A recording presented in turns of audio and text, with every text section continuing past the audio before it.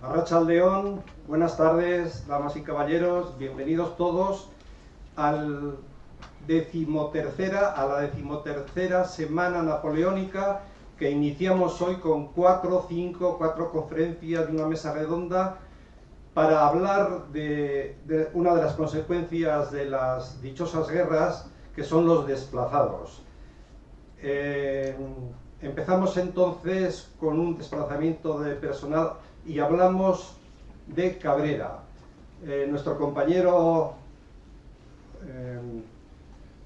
Otilio Orruño, hará presentación de la conferencia y a partir de ese momento nuestro invitado pues os pondrá al corriente de todo lo que ocurre en esa época de la cual hemos hablado tantas veces, y ahora damos una faceta distinta a las que habíamos hecho hasta ahora.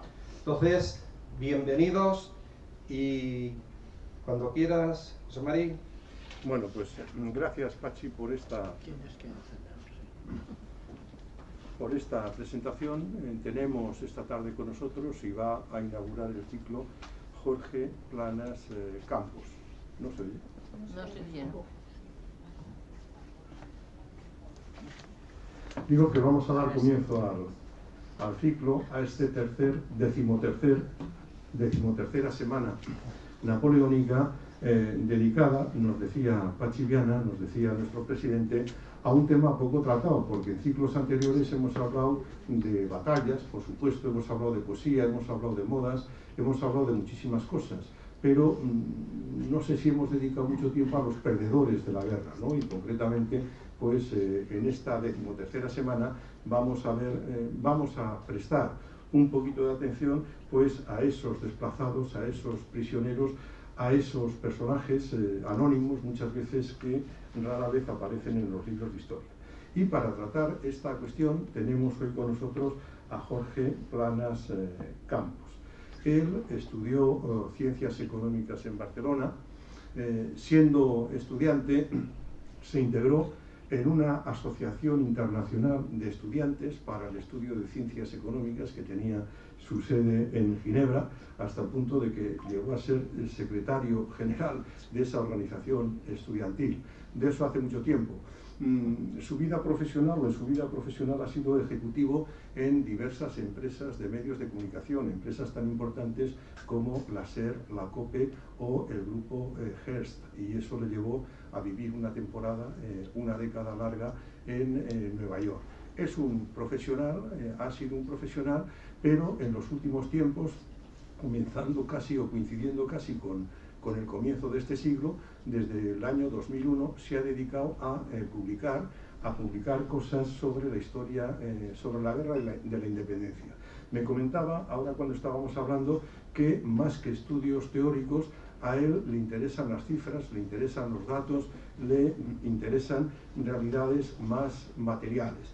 Y entre sus publicaciones, efectivamente, destacan una serie de estudios que ha publicado en castellano, en francés y en inglés. Y esto lo subrayo porque, aunque él dice que es un historiador amateur, hay que decir que los historiadores profesionales rara vez publicamos en lenguas distintas a nuestra lengua materna.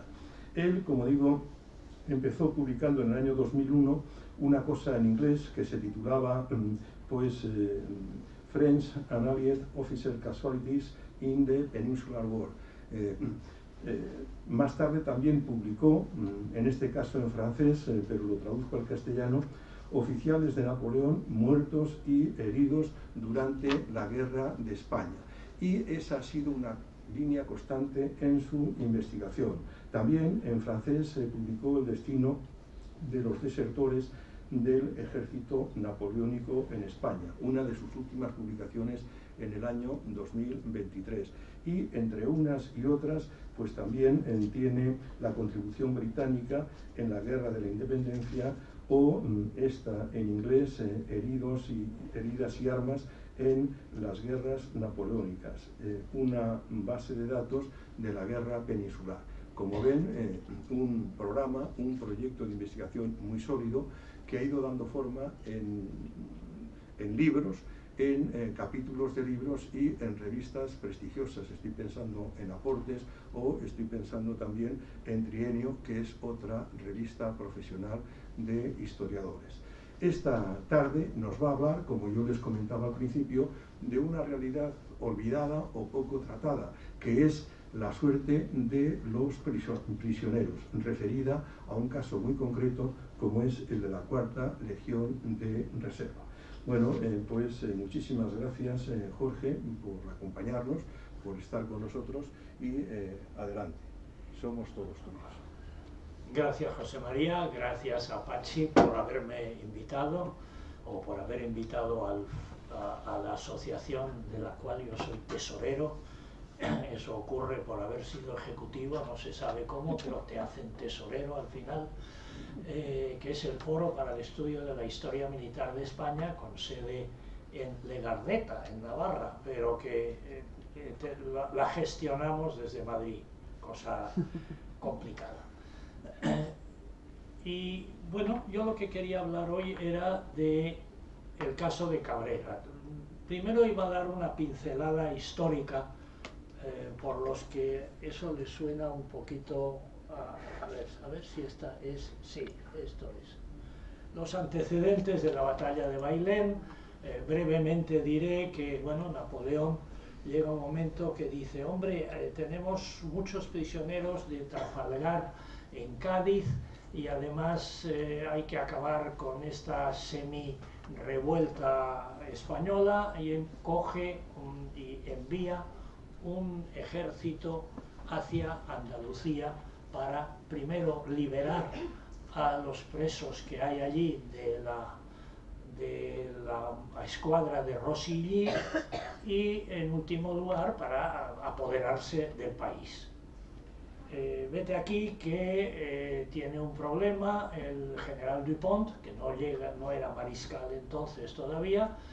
Le organizan un pequeño ejército no demasiado bien organizado, para que llegue allí, porque, hombre, estamos hablando de un país que no había dado muestras de ser capaz de detener a Napoleón. Entonces, lo que ocurre es que cuando llegan a Jaén, el ejército español, en aquel momento mandado por Castaños, y estoy seguro que José María a lo mejor me corrige, pero en general era Castaños el que mandaba, reúne el doble de fuerzas de las que puede presentar Dupont. Dupont se ve acorralado en los olivares cerca de Bailén. Hace un calor espantoso, estamos hablando del 18 de julio, sus tropas son bastante nuevas, luego ya comentaré los datos de esas tropas. Tiene algunas pocas unidades que sí son importantes, pero en general el grueso de su ejército lo compone gente con poca experiencia. A ver, esto tengo que moverlo así, sí. No, ¿lo he movido? Sí. Perdonen, pero... Entonces, este es... ¿Qué? Lo puedes ver aquí. Lo tengo aquí mejor, sí.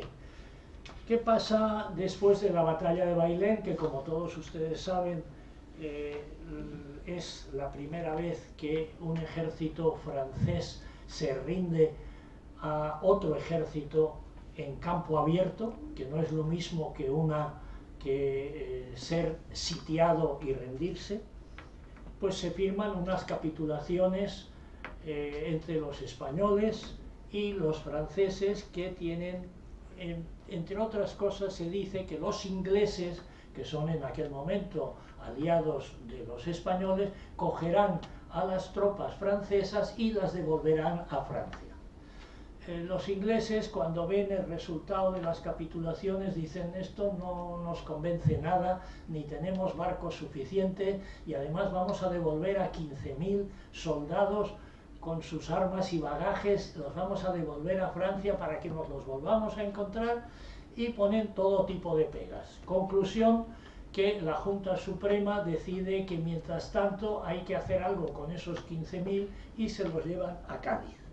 Y a Cádiz llegan en diciembre de 1808 con un Via Crucis que sufren y que está muy bien explicado en estos dos libros que tengo aquí, que no son míos, sino de un buen amigo del foro, que es el que mejor ha descrito ese cautiverio. Es el proceso de llegar desde Bailén a Cádiz y el propio cautiverio posterior en las islas.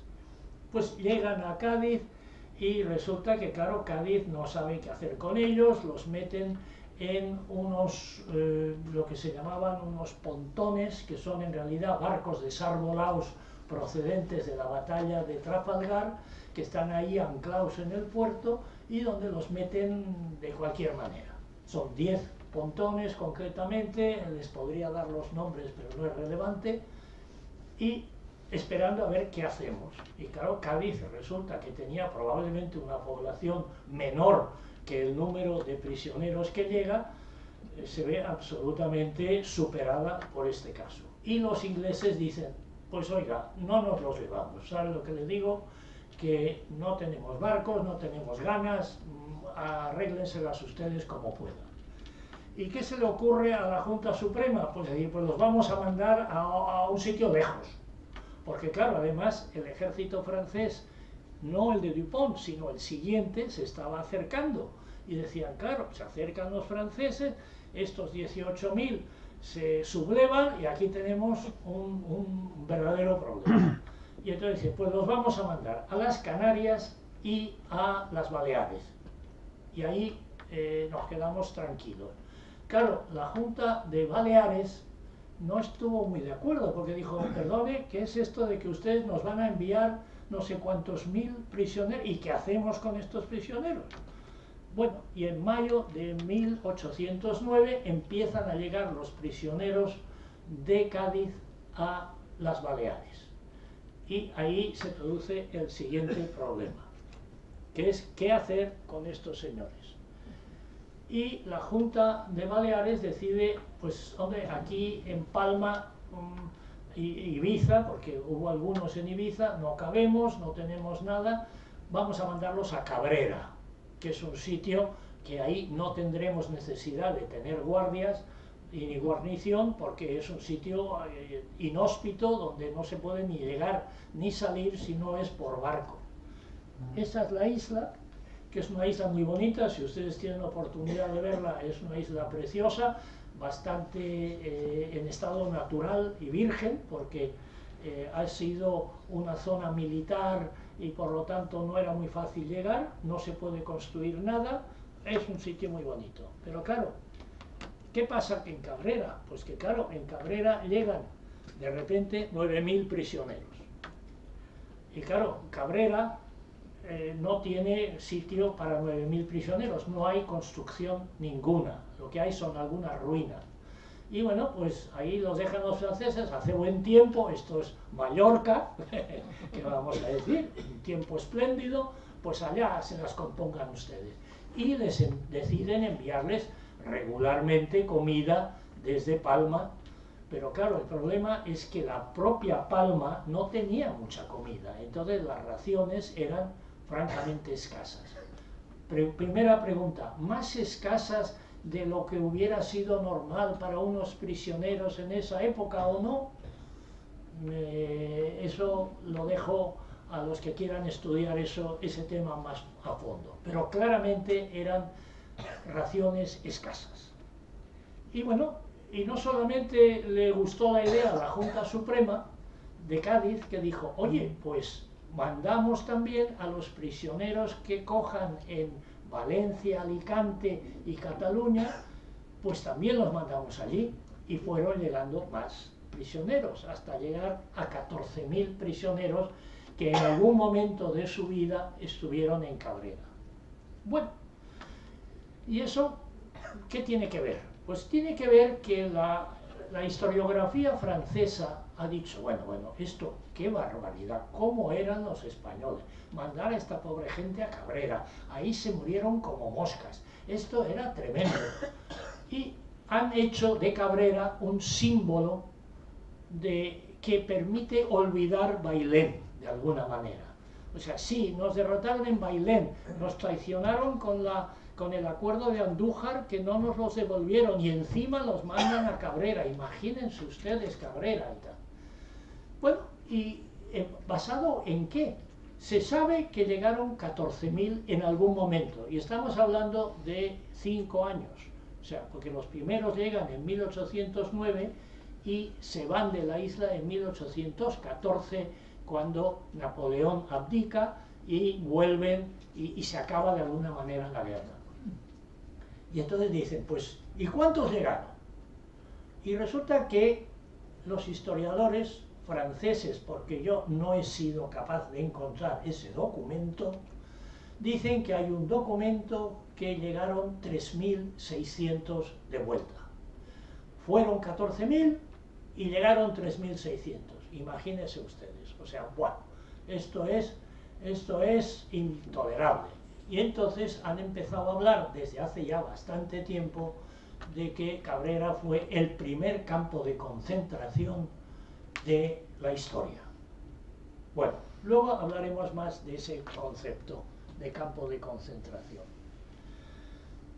Entonces, ¿cuál es mi propósito? Como ha indicado José María, yo he trabajado toda mi vida en empresa y para mí los números son importantes. Y me parecía que eso había que demostrarlo.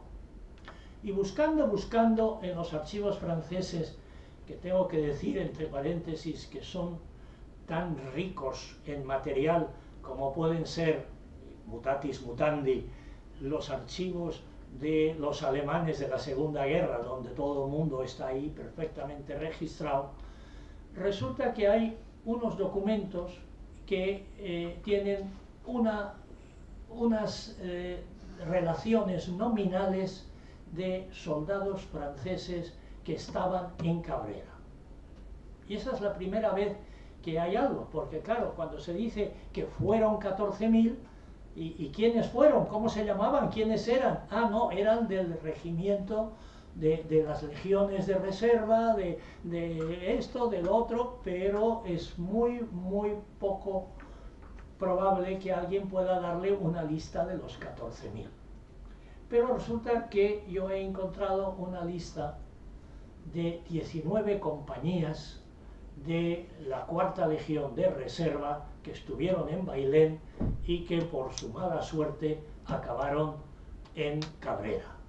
O sea que tenemos esa idea, tenemos una lista físicamente, que yo la tengo aquí, una foto para que ustedes lo vean, no sé, en algún momento, este tipo de listas así, que ve usted, no, esta lista, por ejemplo, es una de las listas nominales en el que dice Pepito Pérez, estuvo en Cabrera, murió viniendo, estaba en los pontones y ahí se quedó, tal, no sé qué, o sea que da muchas explicaciones. Bueno, y entonces la primera pregunta es, bueno, ¿y quiénes eran estos caballeros, no?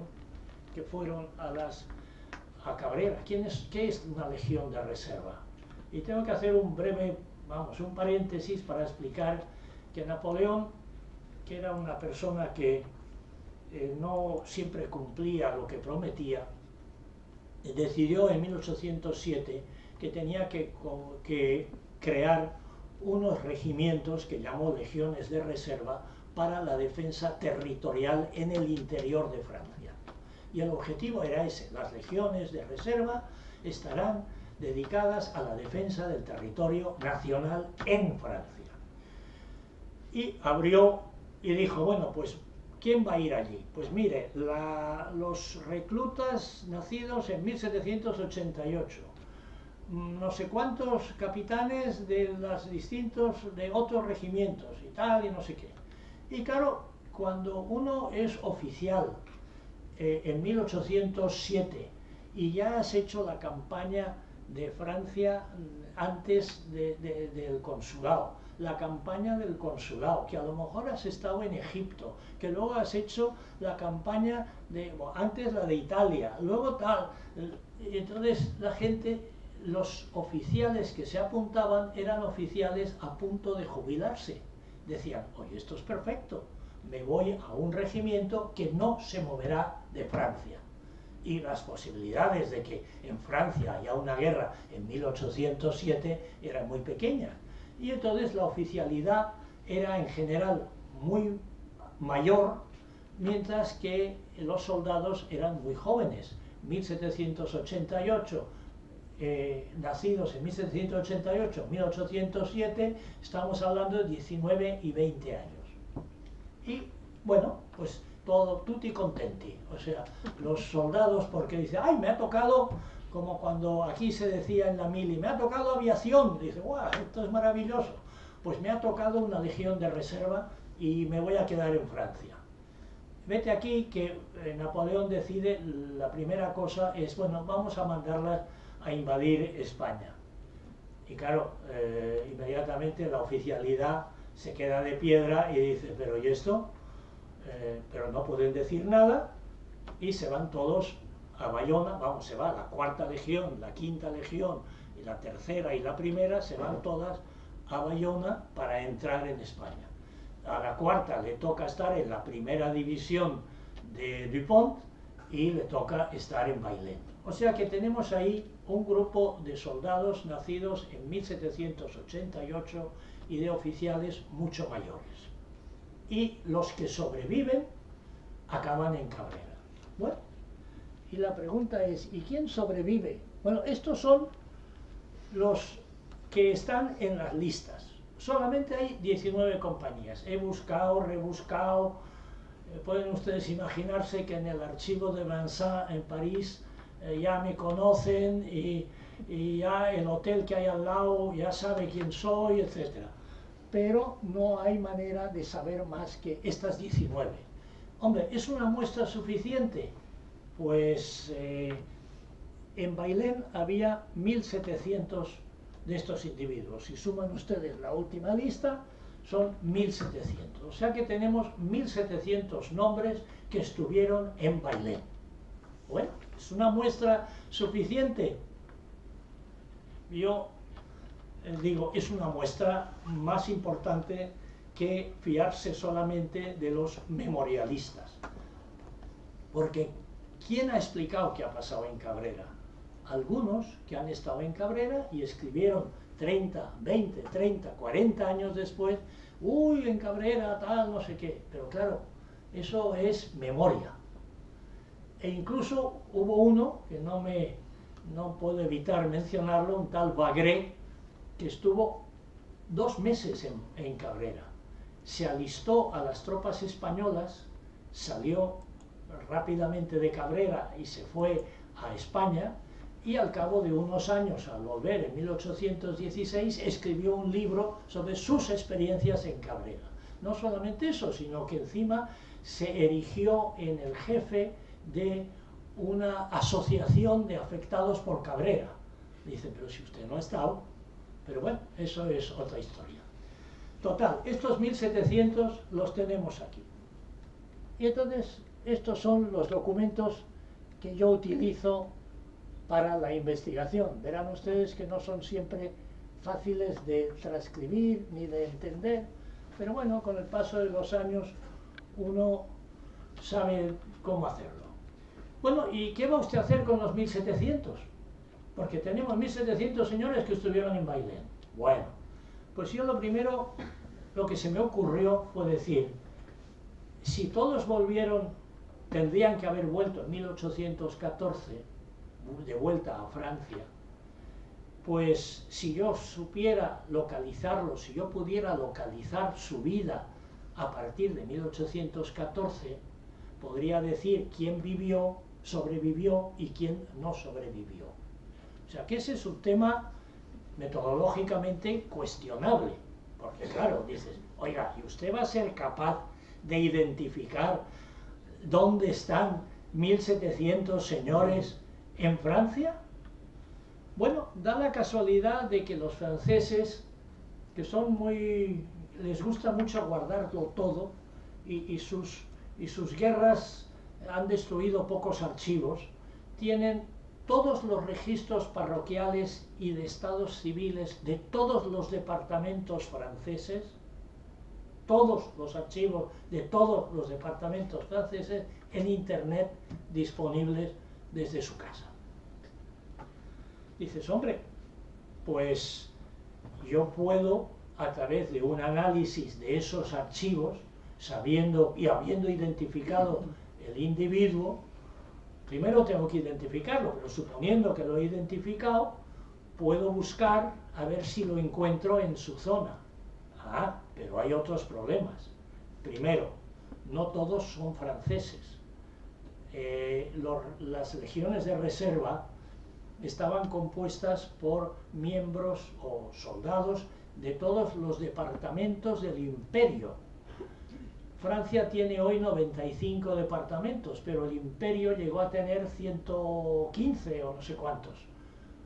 Y entonces pues había franceses, había alemanes, porque la zona de lo que era cercana al Rin, que era un departamento del Stura, era un departamento alemán, el Dail era un departamento belga, luego están los departamentos italianos, y entonces dices, bueno, claro, es que de esos yo no tengo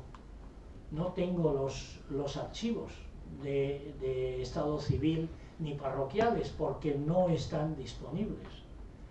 Eso, primer problema. Por lo tanto, tengo que hacer una especie de selección y decir, solamente voy a coger de aquellos que yo sé de dónde son y puedo buscar archivos. Y esos son franceses, lo que yo he llamado viejos franceses, belgas y luxemburgueses. Bueno, dice, ¿y qué pasó si van a París? ¿Es usted capaz de encontrarlo en París? Pues difícil, porque los archivos de París ardieron y se han recompuesto, pero mal. Entonces dice, me está usted diciendo que si hay un soldado que se vuelve y decide irse a vivir a París, usted a lo mejor no es capaz de encontrarlo. O sea que, segundo problema metodológico. Tercer problema metodológico es que, no hay italianos, ni alemanes, ni suizos que yo pueda perseguir. No hay los que fueron a París, difícil encontrarlos porque solamente una parte de los archivos están disponibles. Por lo tanto, podríamos acabar la reunión aquí y decir, oiga, lo que usted quiere hacer no se puede hacer, por lo tanto, estamos hablando de tonterías. Pero yo, que soy un poco cabezota, decidí seguir. Y aquí están los primeros números. Claro, cuando se dice, es que de los 18.000 quedaron no sé cuántos, dice, pero ¿y qué pasó entre tanto? Es que la gente se moría, los soldados morían de muchas maneras, de muchas formas y por muchas razones.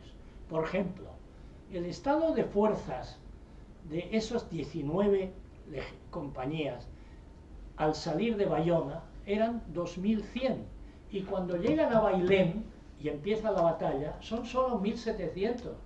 Dices, pero ¿cómo puede ser? Dice, porque hay 288 que se quedan en hospitales de la zona. O sea, pasaban por, yo qué sé, por Madrid y había gente que tenía disentería, lo que fuera, y se iban quedando. Un 13% se quedan en los hospitales. Hay un 5% que se mueren. ¿Se mueren de qué? De enfermedades, se ahogan al cruzar un río, se matan entre ellos porque todavía había duelos, etc. Y otros 19% que mueren en los hospitales. 1%, perdón. Total, que quedan en Bailén solamente el 81% de los que salieron de Bayona, sin haber luchado. Hay alguno que sí, que lo matan los guerrilleros, que se despista y lo cogen ahí por los montes y se lo cepilla. Pero básicamente es, digamos, la muerte natural de un grupo de hombres del siglo XIX, avanzando hacia el sur de España. Ya tenemos los 1.700.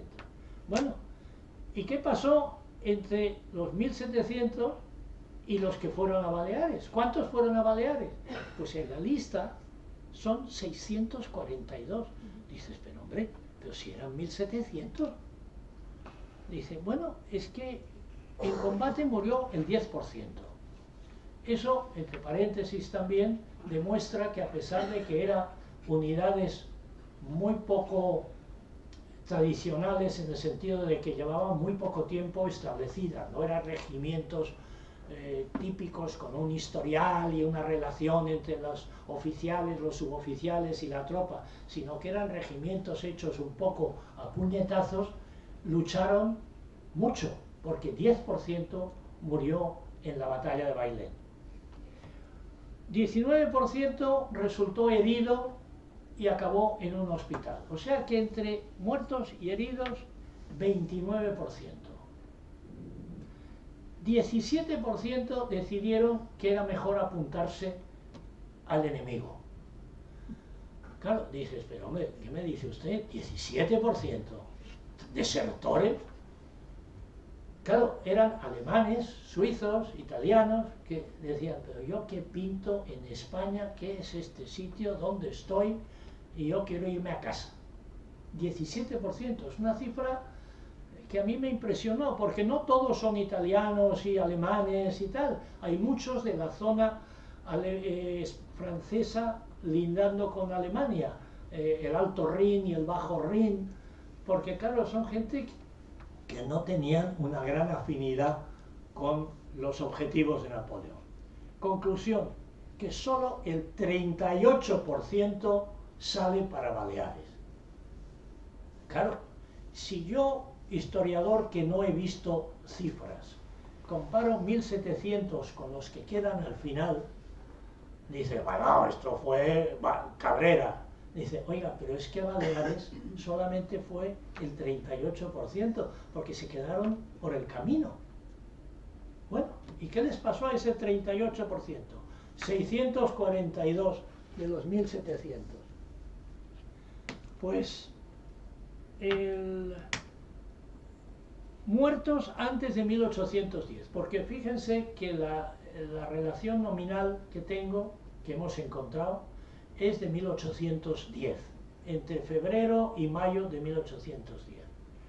Pero ya llevaban en Cabrera un año y medio, porque habían llegado en mayo de 1808, casi 2 años. Entonces resulta que 117 mueren en los primeros 2 años. El 19%, nada más llegar, prácticamente mueren. O sea que sí, Cabrera era un sitio inhóspito donde la gente moría. Otro paréntesis, los que quedaban se negaban a dar la información sobre el número de muertos a los españoles para que siguieran dando raciones para el total. Y así los que quedaban comían mejor. Lo cual es curioso, porque claro, eso hace que las versiones de la Junta de Baleares dice, oiga, que no se mueren tantos como dicen.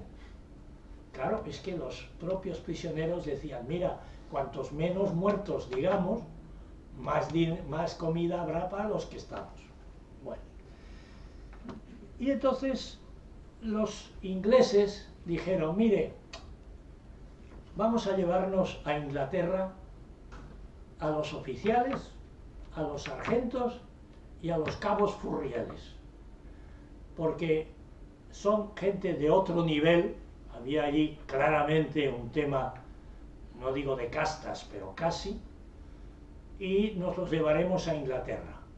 Y en 1810 se llevan los 52 sargentos, los 28 oficiales, y solo quedan 419 soldados.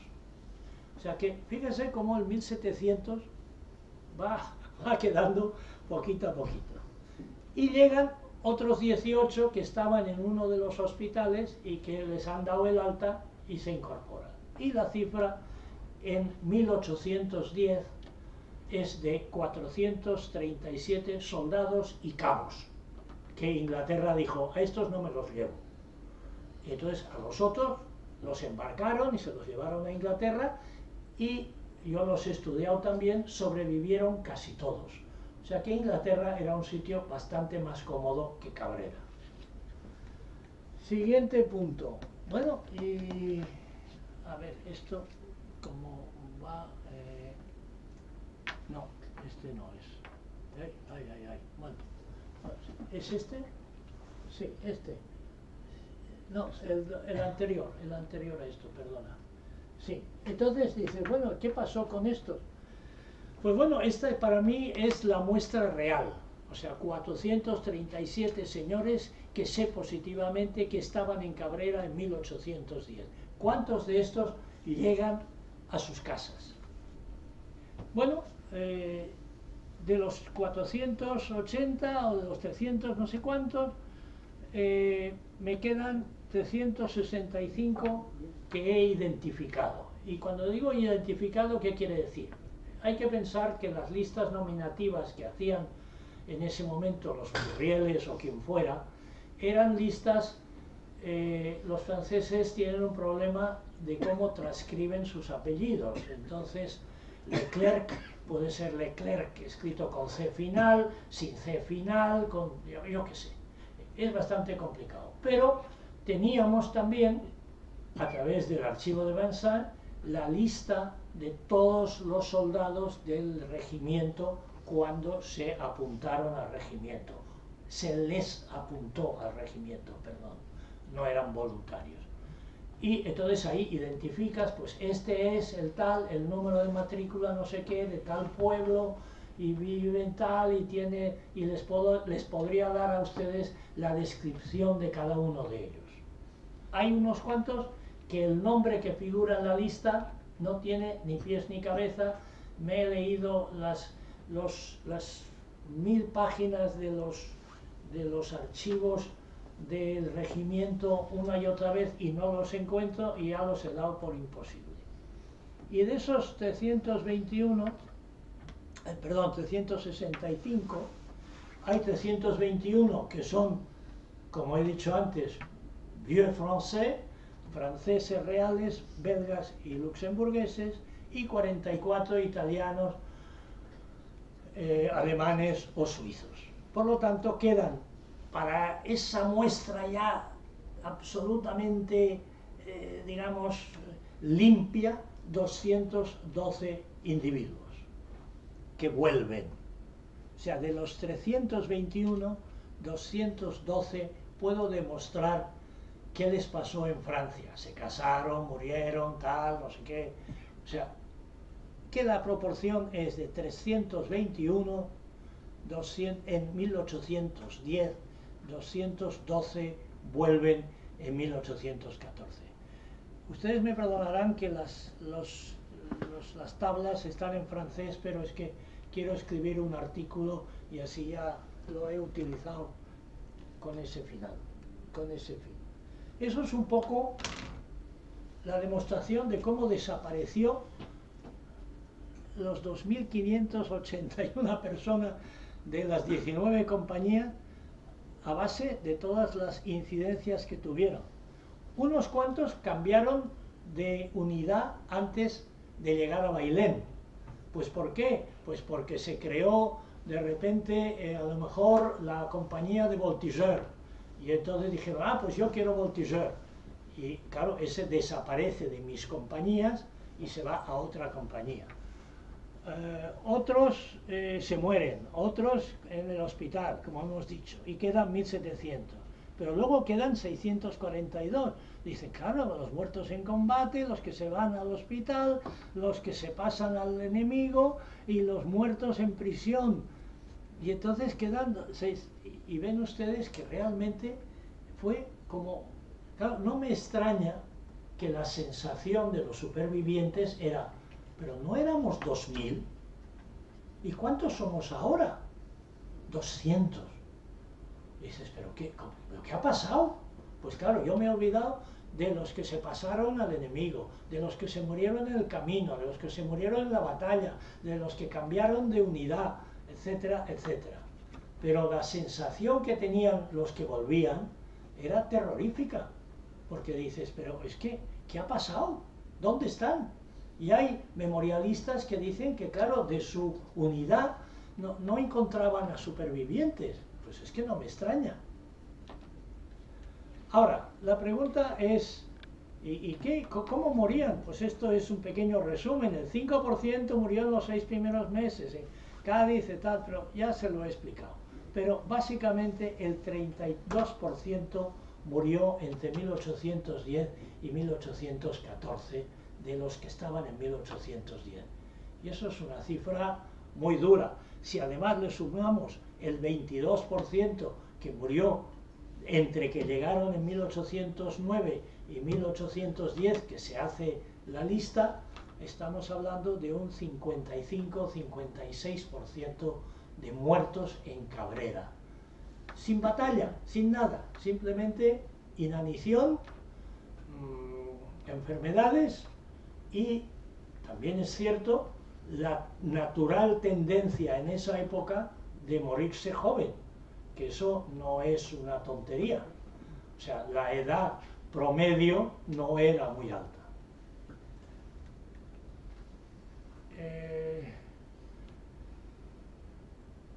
No, esto es lo que he explicado antes. De los 321, 110 se consideran no retornados. Y aquí volvemos a analizar el problema metodológico. Dice, ¿está usted seguro de que usted no ha encontrado más simplemente porque usted no ha buscado? ¿O lo ha buscado mal? ¿O se fueron todos a París? Los que usted llama no retornados, en realidad se fueron todos a París y usted no es capaz de encontrarlos. Analizando mucho la vida de los que sí que he encontrado, que eran básicamente agricultores o gente del campo, vamos a decir, de ciudades, de poblaciones muy pequeñas, algunas de ellas desaparecidas ya, incorporadas a otras, etcétera, con el paso del tiempo, es muy poco probable que el número de personas de esas 110 que yo no encuentro hayan podido ir a París y por lo tanto hayan desaparecido porque no están en los registros franceses. Yo pondría la mano en el fuego que puede haber que un 10% de esos 110, como mucho, porque ¿qué iba a hacer un soldado de un pueblecito de la Charente-Maritime yéndose a París? ¿De qué iba a vivir? O sea, este señor era probablemente un agricultor o un cordonier o un, no sé, oficios que dices, yo no te veo en París. Pero ese es un problema metodológico y yo reconozco, pero bueno, las limitaciones de los mecanismos. Probablemente don José María, cuando era todavía catedrático y no se había jubilado, que se ha vuelto más blando, me hubiera suspendido diciendo, oiga, me está usted aquí planteando una patochada de metodología. Pero yo no he sido capaz de encontrar otro sistema. Y esas listas de los que estaban allí son listas vivas. O sea, es una lista con nombres de gente que estaba en 1810 en Cabrera y que pone presente. Y otro que pone muerto en 1809. Otro que dice se quedó en los pontones, ahí perdido, muerto. Otro que dice se ha pasado al enemigo. O sea, es que cada uno tiene una explicación. Entonces, ¿quiénes fueron los supervivientes? Pues mire, el 88% eran de los de 1788. Con 18 añitos les cogieron y ya en 1814 ya tenían 25 o 26 años y ahí sobrevivieron. Estos llegaban a Francia y es curioso, se casaban muy deprisa. O sea, llegaban, si uno quiere buscar a alguien en un pueblo, lo primero que tienes que hacer es buscar unos archivos que tienen los franceses, que Napoleón ahí sí que fue muy serio, dijo, todos los pueblos tienen que hacer lo que se llama una tabla decenal. Una tabla decenal en la que aparecen listados todos los nacimientos, todos los matrimonios, todos los divorcios y todas las muertes durante los periodos de 10 años, empezando en 1802. O sea, 1802, 12, 12, 13, 23, etc. Entonces coge la tabla decenal de 1813-23 del pueblo y empiezas a buscar, y ahí están los matrimonios, porque en esos 10 años se casaron prácticamente todos. Una esperanza de vida de 59,5, hubo 46 que sabemos que recibieron lo que se llamaba la medalla de Santa Elena. Eso que es, brevemente, Napoleón III, para honrar a su tío, dijo que había que hacer una medalla para los supervivientes. Pero claro, lo dijo en 1856. Y dices, oiga, pues del 14 al 56 van 42 años. O sea que supervivientes va a haber pocos. Pues hubo 300.000. Oiga, que no está mal. Las listas se conservan, no todas están en internet. Hay una asociación que se dedica a hacer la lista de todos los medallés de Santa Elena, pero si sobrevivían en 1856, es decir, alguien nacido en el 88 al 56, estamos hablando de 68 años, si estaban vivos se apuntaban porque era la medalla, que siempre es una cosa bonita, y una pequeña pensión. Pues 46 he identificado que recibieron la medalla. 113 de 200 eran agricultores, ¿vale? Uno solo fue miembro de la Legión de Honor. Claro, ¿por qué? Pues que, ¿cómo iba a ser miembro de la Legión de Honor si estaba preso durante los años de 1809, 8 a 14? O sea, su carrera, y en el 14 se acaba la historia, a no ser que, y eso hablaremos ahora, siguieran luchando. Pero vamos a ver la esperanza de vida. Aquí hay dos cuadros interesantes. El de la izquierda es partiendo de la gente que tiene 25 años. La roja es lo que un señor que se llama Blayo ha estudiado y ha dicho que son la mortalidad de los franceses de esa época con 25 años en 1810. Y es una curva normal. La curva oscura es la de los prisioneros de Cabrera. Lógicamente, durante los primeros años hay una caída en vertical, porque ahí es las muertes de Cabrera. Ahora, si nos olvidamos de empezar a los 25 años y empezamos en los que estaban vivos en 1814, es decir, los supervivientes, vemos que la curva verde o azul, no sé cómo lo ven ustedes, es mejor. Es decir, que los que supervivieron vivieron mejor, más tiempo que los normales. ¿Por qué? Porque era un efecto, como comentábamos con José María viniendo, el efecto de el triunfo de los mejores. Fueron capaces de sobrevivir, pues oye, eran gente más fuerte.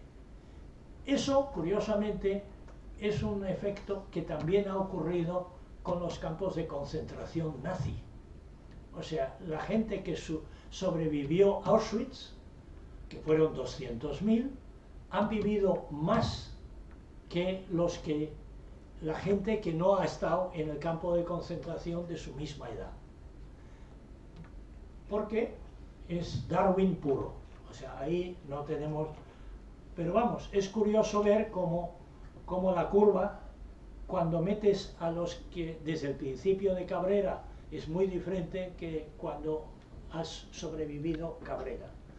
Esto es, la curiosidad de este mapa es de los departamentos de donde venían los retornados.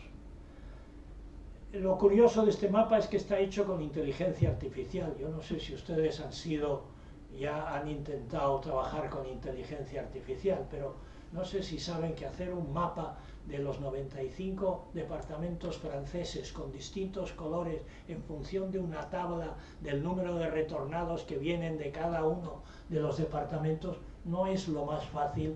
Por lo menos cuando yo era joven y hacía presentaciones, cuando te decían, hazme un cuadrito de esto, decías, por Dios. Pues eso tardó aproximadamente 5 minutos. porque yo le decía, hazme un mapa de los 95 departamentos franceses primero, y me hacía un mapa rápidamente. Decía, bueno, ahora ponme, según esta tabla de la izquierda, los departamentos, coloreándolos en función del número que sale al lado. Y ¡plup! Y bueno, pero el nombre del departamento que quede un poquito más arriba, más abajo, porque no se ve bien, etc. O sea que es, lo único que es esta tabla es inteligencia artificial muy básica en funcionamiento. Aquí está lo de los matrimonios, cuando se casaron y la edad de matrimonio de los que retornaron. Ahora, ¿qué les pasó cuando retornaron? Que fue todo, como dicen en Cataluña, que es donde yo me he educado, flors y violas, es decir, flores y violines. Pues no, no fue flores y violines, sino que lo primero que hicieron fue meterles en un lazareto en Marsella durante un par de meses. Tanto es así que las familias que los esperaban dijeron, oiga, pero ¿esto qué pasa? Llevan aquí no sé cuánto tiempo, esta gente lleva 5 años ahí presos y ahora los meten en un lazareto. Y casi hubo una pequeña revuelta y al final los soltaron. Pero claro, ¿y qué tenían que hacer estos señores? ¿Ya eran libres? ¿Ya se podían ir a su casa? Pues no, tenían que ir a su regimiento. Claro, las legiones de reserva desaparecieron después de Bailén. Napoleón dijo, esto no funciona y voy a eliminarlas y las absorbieron distintos regimientos. Y a estos de la Cuarta Legión les tocó el 67. Pues tenían que irse a donde estuviera el 67, presentarse para decir, oiga, que yo soy un retornado, etc. O sea que la cosa no era de lo más divertido. Y otros dijeron, no solamente me voy a apuntar, sino que cuando aparece Napoleón en 1815, dicen, oiga, el emperador. Porque claro, uno piensa, Francia podía haber hecho algo para liberarlos de Cabrera. Esa es la gran discusión sobre si Napoleón realmente los tomó en cuenta. Claro, él estaba muy amargado con la idea de que se habían rendido en una batalla a campo abierto. Y no solamente Dupont le montaron un juicio sumarísimo, etc., sino que a todo lo que sonaba Bailén, oiga, ¿sabe qué? Me olvido, como si no hubiera existido. Y claro, si uno es un soldado que le han cogido en 1788, o sea, cuando has nacido en 1788, a los 19 añitos te meten en la Legión de Reserva que crees que vas a quedarte en Francia. De repente te dicen, pues no se queda usted en Francia, se va usted a España y te pegas el camino de Bayona a Jaén a pie y llegas allí, te pegan una paliza de mucho cuidado, luego te mandan a los pontones de Cabrera, de Cádiz, luego te mandan a Cabrera. Dices, ¿no tienes un poquito de sensación de amargura respecto a tu emperador que te ha abandonado? Pues un número importante, por lo menos 43 que yo haya detectado, dijeron, no, pues yo me apunto a los 100 días, y lucharon en Waterloo. Dices, es que hay que ser un entusiasta, ¿eh?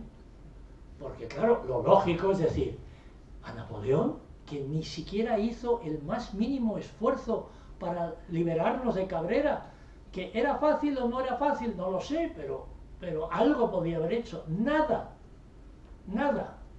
Pues, oiga, ahí siguieron siendo entusiastas de Napoleón. Yo aquí he puesto un cuadro de un estudioso, Le Carbès, que se ha mirado más que yo, pero de Inglaterra, y donde dice que solamente hubo un 10% de muertos en Francia, en Inglaterra, en las prisiones de Inglaterra. Yo el dato que doy es 56% de muertos, él da el 10%. Dices, bueno, pues Él mismo lo pone en duda, dice que lo que hacían los franceses era devolver a Francia a los prisioneros que estaban enfermos para que se murieran en Francia y no figuraran en sus estadísticas. Es una maniobra típicamente inglesa, si puedo decirlo así, y dice que ese 10%, que es la que aparece en algún sitio por aquí, que no es así, que tiene que ser mucho más, pero no hay cifras. Y bueno, lo siguiente es, no, esto es anterior, o no, esto es, a ver, ¿qué estoy diciendo? Bueno, esto es un resumen de qué pasó con los 211 o 12, pues el 44% vuelven, el 56% mueren.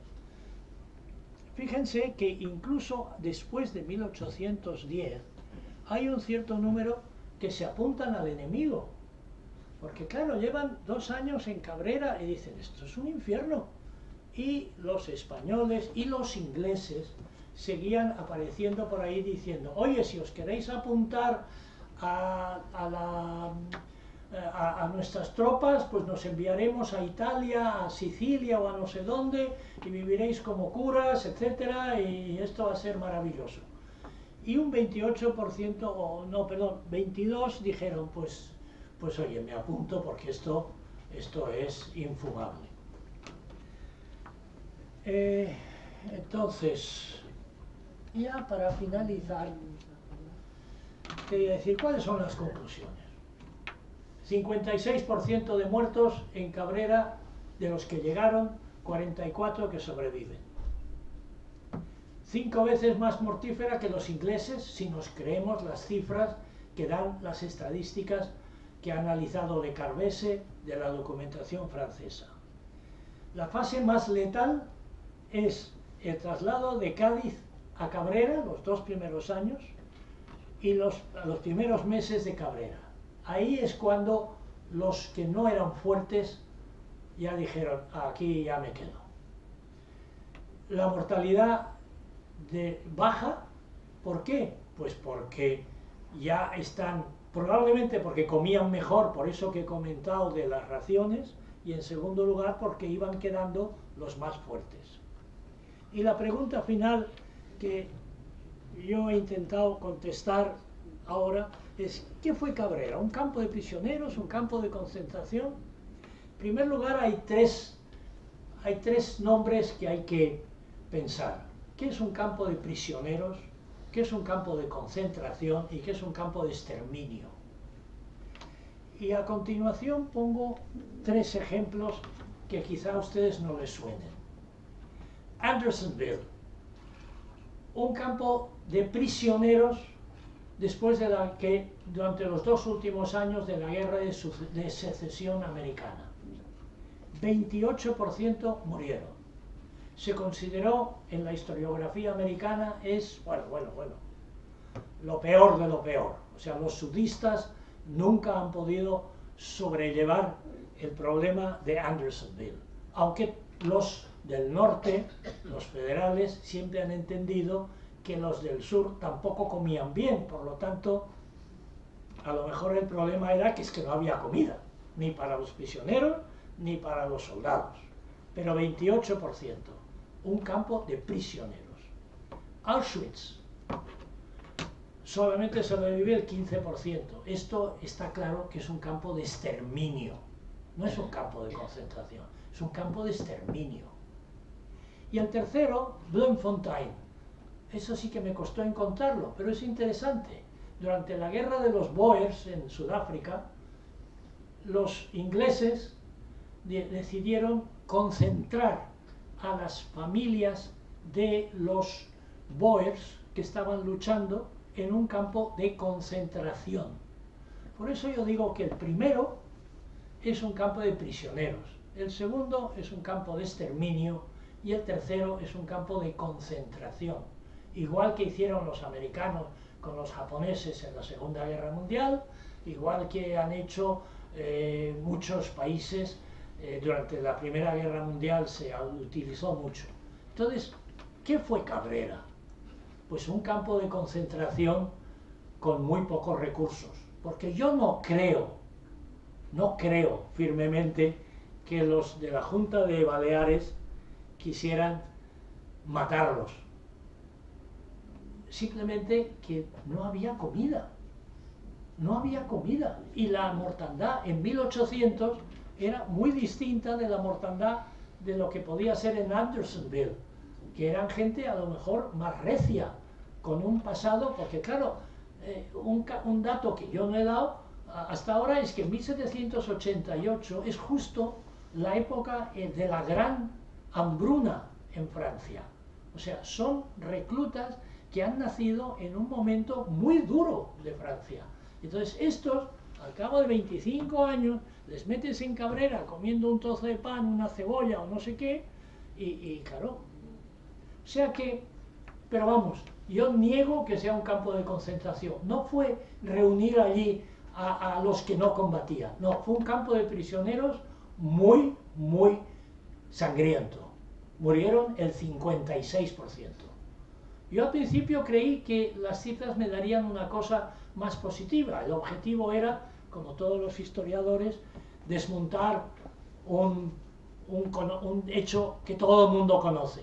Pues no, en este caso, lo siento por mí, porque todo este trabajo lo único que demuestra es que efectivamente Cabrera fue un campo de prisioneros en el que murieron como moscas. 56% en 5 años no está mal. Quiere decir que es una cifra muy seria. Y con esto yo creo que ya está todo. Pues muchísimas gracias. Yo creo que vamos a dar un aplauso muy merecido. Yo estoy jubilado, ya no examino a nadie, pero si tuviera que examinar, el trabajo de Jorge Planas, pues le daría un sobresaliente, una matrícula de honor. Porque desde el punto de vista metodológico, y no es por dorar la píldora al ponente, desde el punto de vista metodológico me ha parecido un trabajo brillantísimo, tremendamente minucioso, tremendamente trabajoso, porque perseguir esas listas, listas individualizadas y perseguir uno a uno a esos sujetos supervivientes, pues es trabajoso. Es tremendamente trabajoso, pero a mí me ha gustado la imaginación que ha tenido, su buen criterio para darse cuenta de que esos 1.700 en origen no son los que efectivamente llegan hasta el final, sino que hay que ir descontando una serie de personas, una serie de porcentajes que por distintas razones no llegan a Cabrera. Y luego el cálculo, ese 55-56%, se hace sobre los que efectivamente llegaron a Cabrera, descontando pues todos esos que han sido recuperados en esas listas posteriores, con lo cual, desde el punto de vista metodológico, me parece un trabajo impecable, impecable. ¿Que el porcentaje es alto? Pues el porcentaje es altísimo, efectivamente, pero yo creo que los ejemplos que ha puesto, esos 3 ejemplos finales, de alguna forma dibujan y presentan un panorama tremendamente complicado. A mí me gustaría decir 2 cosas. Una, que la vida humana ha valido muy poco y sigue valiendo muy poco. Basta echar un vistazo a los medios de comunicación, basta pensar en Gaza, pensar en Ucrania, para darse cuenta que hoy, en el siglo XXI, teóricamente el más humano de todos, pues en fin, en determinados contextos la vida humana vale muy poco. Eso por una parte, y por otra también me parece muy reseñable eso que ha dicho, que la España de 1814 era una España que adolecía de casi todo. Era una España donde el hambre ha sido una constante de la sociedad española durante mucho tiempo y hasta momentos muy recientes. Y en una guerra tremendamente cruenta, tremendamente prolongada, como fue la ocupación española por las tropas napoleónicas, pues evidentemente a los franceses se les tenía poca simpatía en cualquier circunstancia. Si a eso se añade una sociedad de carestía, una sociedad con muchos déficits, que se agravan además por su condición insular, que lo hace todavía más grave, más complicado, pues efectivamente los porcentajes son muy altos, pero es lo que fue. Si echamos un vistazo, si hacemos un repaso y una comparación con la campaña napoleónica en Rusia, pues, en fin, no les fue en las estepas rusas, no les fue mucho mejor. Se ha hablado de las desgracias, de los desastres de la guerra, como representó Goya en su momento, y este es un ejemplo muy claro de, efectivamente, desastre de la guerra. Pero yo no voy a decir mucho más. Me ha parecido un trabajo magnífico, muy imaginativo y desde el punto de vista metodológico impecable. Vamos a abrir un turno de palabra para que, si quieren preguntar, si quieren comentar, si quieren intervenir de alguna manera, pues adelante. Levanta la mano y hacen la pregunta o el comentario que tengan por pertinente. No, nada, los he dejado secos.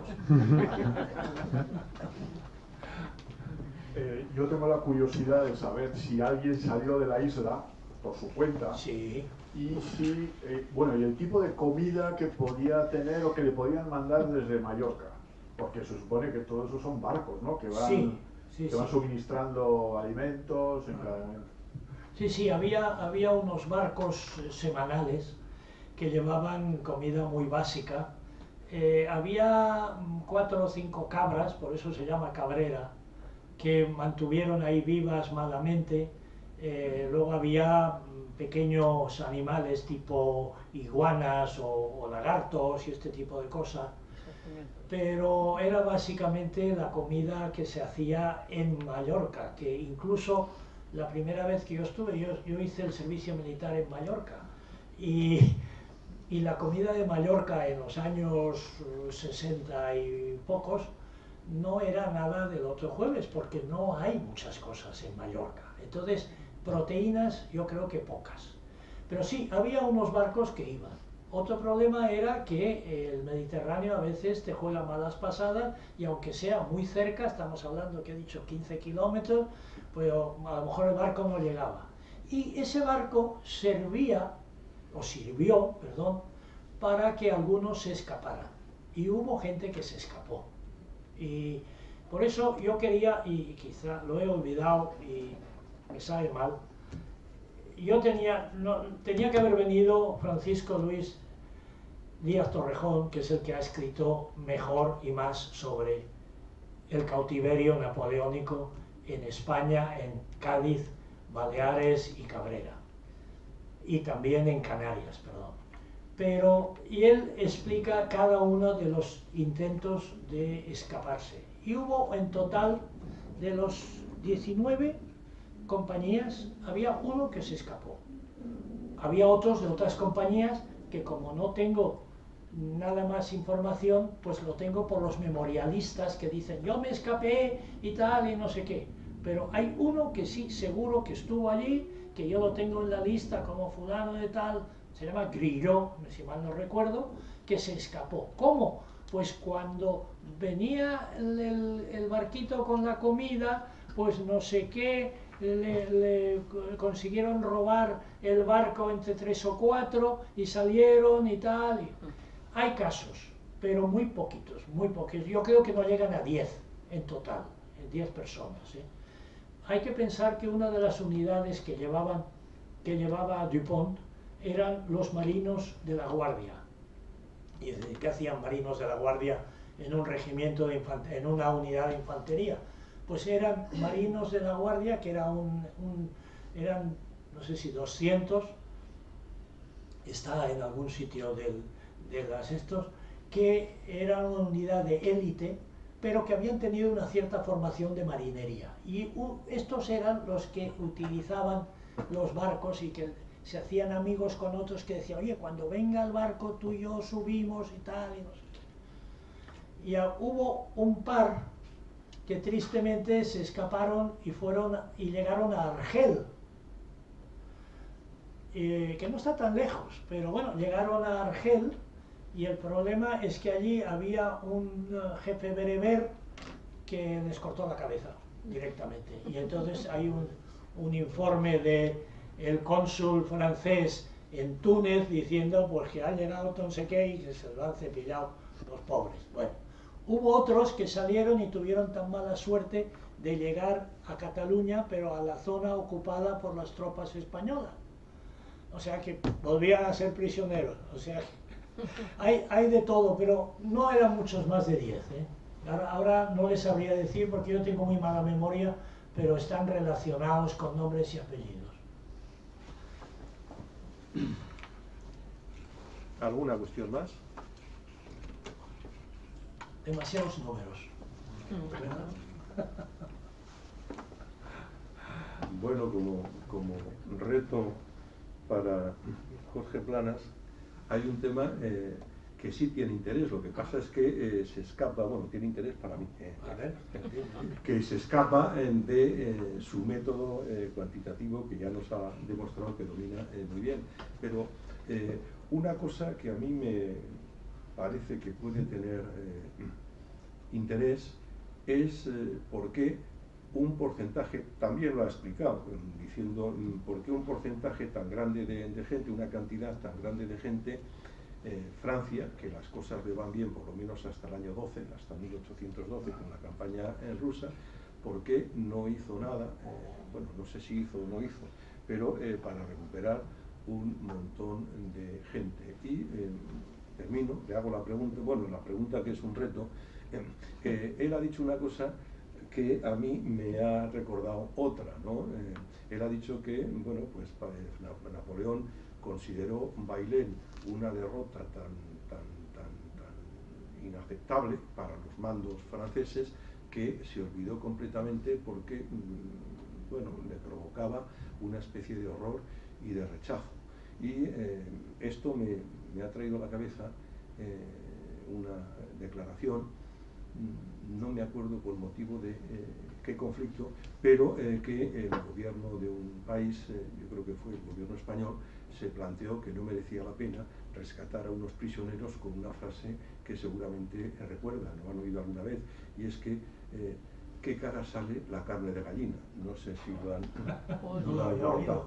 Bueno, no había oído, pero es tremenda. No sé si non è vero, pero si non è vero, sí. è ben trovato. No, pero es cierto que hubo intentos por parte de algunos oficiales franceses que habían vuelto, porque claro, los ingleses, los oficiales volvieron algunos de ellos antes y entonces se preocupaban por sus tropas y decían, oiga, a ver quién se puede hacer. Pero oídos sordos, absolutamente oídos sordos. La excusa oficial era que la flota inglesa controlaba el Mediterráneo y que no nos vamos a gastar ahí no sé cuántos barcos llegando allí, que nos los van a fundir y encima nos vamos a traer a 4 desarrapados de Bailén, ni más ni menos que de Bailén. Le dice, anda ya, que vamos a traerlos. Un poquito, yo creo que ese es el fundamento, O sea, él quiso cerrar el tema. Bailén no existe. O sea, y Dupont, olvídate. Muy bien. Muchísimas gracias. Ha sido un placer escucharle y vamos a despedir a Jorge Planas Campos con un aplauso porque realmente se lo merece. Gracias a vosotros.